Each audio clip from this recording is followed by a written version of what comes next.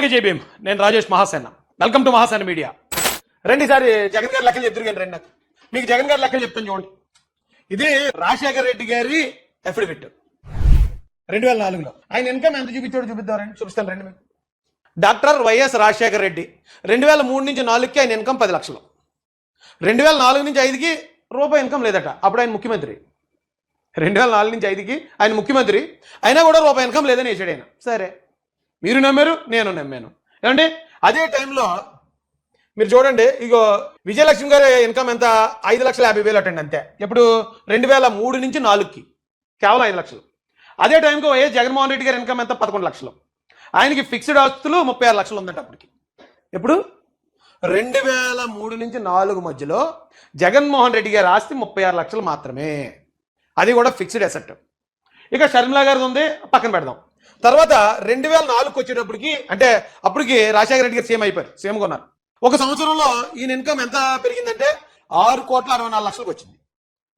ఇదో 40 లక్షలు ఆస్తి చూపించాడు, మొత్తం 7 కోట్లు. ఎక్కడి నుంచి ఎక్కడికి వచ్చాడండి ఈయన? 36 లక్షలు అంటే 41 లక్షల నుంచి ఒక సంవత్సరంలో 6 కోట్లు అని చూపించాడు. పోనీ ఓకే, 7 కోట్లు అనుకుందాం. 2005లో సార్ ఇన్కమ్ 7 కోట్లు.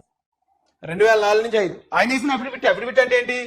ఇది నిజం, ఇది నిజం కాకపోతే మీరు ఏ చర్యలు తీసుకుని నేను ఒప్పుకుంటాను, ఇది నిజం కాకుండా అబద్ధం అని ప్రూవ్ చేస్తే జైలు కూడా పోతాడు ఆయన. కేవలం ఎంత, 7 కోట్లు. మరి 2004లో 7 కోట్లు ఉన్న పెద్ద మనిషికి 2009కి వచ్చేటప్పటికి 72 కోట్లు అయింది. ఇక్కడ కనిపిస్తుందండి, ఇది 72 కోట్ల రూపాయలు 2009కి. మీరు చూడండి, ఇది అఫిడవిట్లో ఉంది, క్లియర్గా ఉంది. 2009కి 72 కోట్లు అయింది. 2014కి వచ్చేటప్పటికి 445 కోట్లు అయింది. 445 కోట్లు. తర్వాత 14కి వచ్చేటప్పటికి 416 కోట్లు అయింది.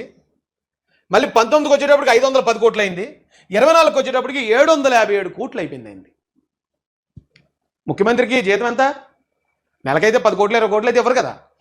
మరి ఎక్కడి నుంచి వచ్చాయి 757 కోట్లు?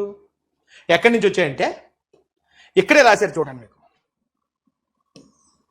Beginning May 2004, Mr. YS Jaganmohan Reddy amassed huge wealth and started floating, acquiring various companies. 2004లో నాన్నగారు అధికారంలోకి వచ్చినట్టే కంపెనీస్ని మనోడు చేపట్టడం మొదలెట్టాడట. ఏ కంపెనీలు అండి అయ్యి పేర్కొని రాశారు? Carmel Asia Holdings, Silicon Builders, Jagati Publications, Indira Televisions and Raghuram Cements, ఇంకేంటంటే భారతీ సిమెంట్స్. మొత్తం ఈ కంపెనీలట. వాళ్ళ నాన్నగారు అధికారంలోకి రాగానే వాళ్ళకి ఎలాగొచ్చే ఆస్తులు ఎలాగొచ్చాయి అనేది క్లియర్గా సిబిఐ ఛార్జ్షీట్లో ఉన్నాయి. 200 ఎకరాలు 500 ఎకరాలు వాడికి ఇచ్చేయడం, వాడి దగ్గర నుంచి కొంత డబ్బు తెచ్చి కంపెనీలో పెట్టుబడి పెట్టించడం. అప్పుడే సాక్షి టీవీ వచ్చింది, అప్పుడే భారతీయ సిమెంట్స్ వచ్చింది. ప్రతి కంపెనీ కూడా తక్కువలో తక్కువ ఈ రోజున 10,000 నుంచి 25,000 కోట్ల రూపాయల వాల్యూ. కంపెనీలన్నీ కంపెనీ పేరు మీద ఉంటాయి, వీళ్ళు జస్ట్ డైరెక్టర్లుగా ఉంటారు. కానీ ఏ లాస్ట్ ఎంత అఫీషియల్గా చూపించింది? ఇప్పటికీ 750 కోట్లే. అసలు 750 కోట్లు అనేది ఘోరం. కానీ దానికన్నా ఒక 20 రెట్లు ఎక్కువ ఉంటుంది ఆయన ఆస్తి. 20 రెట్లు ఉండొచ్చు, 50 రెట్లు కూడా ఉండొచ్చు. ఆయన 1,00,000 కోట్లు అని అప్పట్లోనే అనేవారు. ఆయన నాన్నగారు అధికారంలో ఉన్నప్పుడు 1,00,000 కోట్లు. ఆయన అధికారంలోకి వచ్చి 14 లక్షల కోట్లు అప్పు తెచ్చాను అన్నాడు. ఖర్చు పెట్టింది 2.5 లక్షలే. మరి ఎన్ని లక్షల కోట్లు ఆయన దగ్గర ఉంది ఎవరికి తెలుసు? ఆయనకి తాడేపల్లిలో ఒక ప్యాలెస్ ఉంది, పులివెందుల్లో ప్యాలెస్ ఉంది, యలహంక ప్యాలెస్ 500 కోట్లు అది ఎక్కడ, కర్ణాటకలో బెంగళూరులో. ఇంకోటి లోటస్ పాండ్ లో ప్యాలెస్ ఉంది. ఇవన్నీ అఫీషియల్ ప్యాలెస్లు, బెనామీ పేర్లు కాకుండా సొంతంగా. ఇది జగన్ గారి ప్యాలెస్లు అనే ప్యాలెస్లకి 2009లో ఆస్తి 5 కోట్లు. ఇప్పుడు యలహంక ప్యాలెస్ అయితే 500 కోట్ల పైన ఉంటుందట. దాని 40 రూమ్లు 50 రూమ్లు ఉంటుందట. ఎలి ప్యాడ్ కూడా ఉంటుందంట అందులో. తాడేపల్లిలో ఉంది ప్యాలెస్. మరి ఇన్ని ప్యాలెస్లు ఎలా వచ్చాయి ఆయనకి? ఏంటి ఆధారం ఏంటి? ఒక ఇల్లు కట్టుకుంటేనే ఒక సామాన్యుడిని ఈ రకంగా మీరు ట్రోల్ చేస్తున్నారు అంటే దాని అర్థం ఏంటి? క్లియర్గా అర్థం చేసుకోండి. ఆడో సామాన్యుడు, ఆడి ఇల్లు కట్టడం ఏంటి? కడితే మేం కట్టాలి ప్యాలెస్లో, కడితే మేం కట్టాలి కంపెనీలు. ఆడి కట్టడం ఏంటి? ఆడికి ఎమ్మెల్యేకి కట్టేవడం ఏంటి? ఆడికి పదవేయడం. ఈ అమ్మాయి ఏంటండి బాబు ఎంత పగబట్టారు, ఎంత దారుణంగా పగబట్టేసేటండి. నాకు వీళ్ళ పగ చూసినప్పుడే అనిపిస్తుందండి, అబ్బో నేను గట్టిగానే ఫైట్ చేసినట్టు వీళ్ళ మీదని. ఇప్పటికీ మీరు ఇప్పుడు కూడా చూడండి, నేను ఎక్కడన్నా ఒక వీడియో పెట్టినా, నా గురించి ఎవరన్నా పోస్ట్ పెట్టినా తక్కువ 100 నుంచి 500 మంది వచ్చి బండ బూతులు తిట్టడం. అంటే ఫోకస్డ్గా టార్గెట్ పెట్టుంచడం, దళితుల్లో నుంచి వెలేసామని పోస్టర్లు రిలీజ్ చేయటం, దళిత కాలనీలోకి వస్తే అడ్డుకుంటామని నన్ను థ్రెటన్ చేయటం. ఇదే మార్చుకోవాలండి. ఇది మార్చుకోకపోతే కష్టమే. ఇది ప్రజాస్వామ్యం కదా. నాదేముందండి, సింపుల్. నేను ఒంటికే సొంటి కొమ్మగండి అన్నట్టు, నేను నా భార్య 2 పిల్లలు, అంతే కదా. ఇక్కడ మా వాళ్ళు ఒకటి కనిపెట్టారండి, 72 కోట్లు, 445, 416, 510 అయింది కదా. ఈ ఆస్తులు ఇలా పెరిగే కొద్దీ ఇక్కడ రెడ్ మార్కులో ఉన్నాయి, ఈ పెరుగుతున్నాయి చూడండి.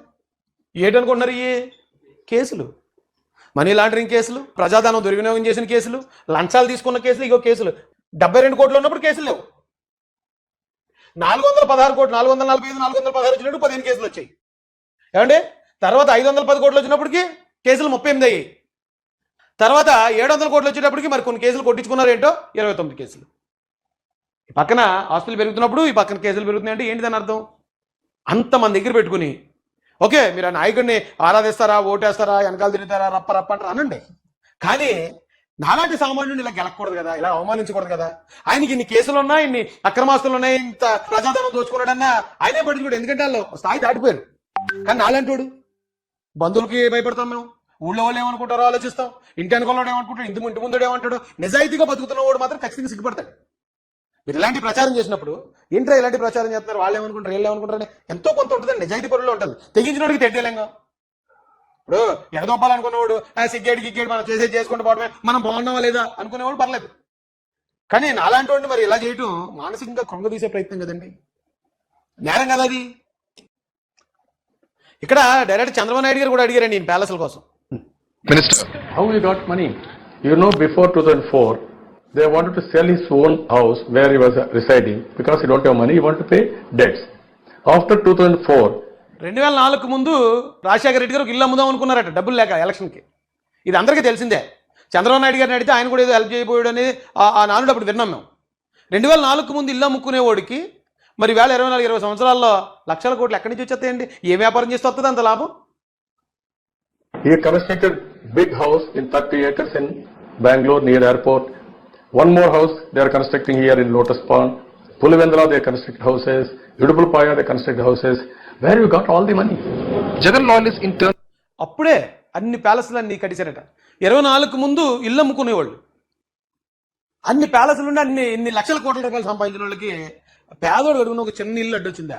ఆ చిన్న ఇల్లు మీద పాయింట్అవుట్ చేయాలా, దాని మీద ట్రోలింగ్ చేయాలా, మొత్తం వైసీపీ పేటీఎం బ్యాచ్ అంతా దాని మీద దిగి ఆ వీడియోలు ట్రోల్ చేస్తూ మమ్మల్ని అవమానించాలా? ఇది ఒకవేళ ప్రజలు నమ్మితే నమ్మొచ్చు, కానీ దేవుడు చూస్తూ ఊరుకోడు కదా. నీ కంట్లో దూలం పెట్టుకుని ఎదుటోడి కంట్లో నలిసి ఎతకొద్దన్నారు కదా. నేను లెక్కడికి రమ్మంటే అక్కడికి వస్తాను, సాక్షికి రమ్మంటారా? నా లెక్కలన్నీ పట్టుకుని వస్తాను. జగన్ గారు లెక్కలు పట్టుకుని వస్తారా? ఎందుగా రెచ్చగొడతారు జనాల్ని? పార్టీలు అంటే పార్టీలా ఉండాలి. నేను ఏమైనా అక్కడ తప్పులు చేశానా, దందాలు ఏమైనా చేస్తున్నానా, ఎవరి దగ్గర డబ్బులు వసూలు చేస్తున్నానా, మీరు అలాంటివి ఏమైనా ఉంటే బయటపెట్టండి. అంతేగాని పర్సనల్ లైఫ్లోకి వచ్చేసి పర్సనల్గా కూడా ఎంత దారుణంగా బదనాం చేసేయాలి, సమాజంలో వీడికి వాల్యూ లేకుండా చేసేయాలి, పార్టీలో వాల్యూ లేకుండా చేసేయాలి, పార్టీలో అవకాశాలు రానివ్వకుండా ఈయన ఎలాగన్నా తప్పుడు వ్యక్తిగా చిత్రీకరించేయాలి. చంపడం ఒకటే చేయట్లేదు అంతే, వాళ్ళు మిగతా అన్నీ చేస్తున్నారండి వైసీపీ వాళ్ళు. దెయ్యం సినిమాలో ఎవరో ఒకరికి కనపడుతూ ఉంటుంది దెయ్యం. ఒరే దెయ్యం ఉందరా బాబు అని మిగతా వాళ్ళు చెప్పినా నమ్మరు.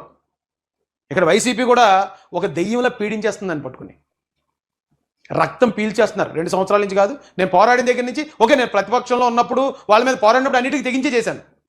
అరే మేము అధికారంలోకి వచ్చిన తర్వాత కూడా ఇప్పుడు కూడా మనశ్శాంతి లేకుండా ఒక రక్త పిశాచ్ పట్టుకుని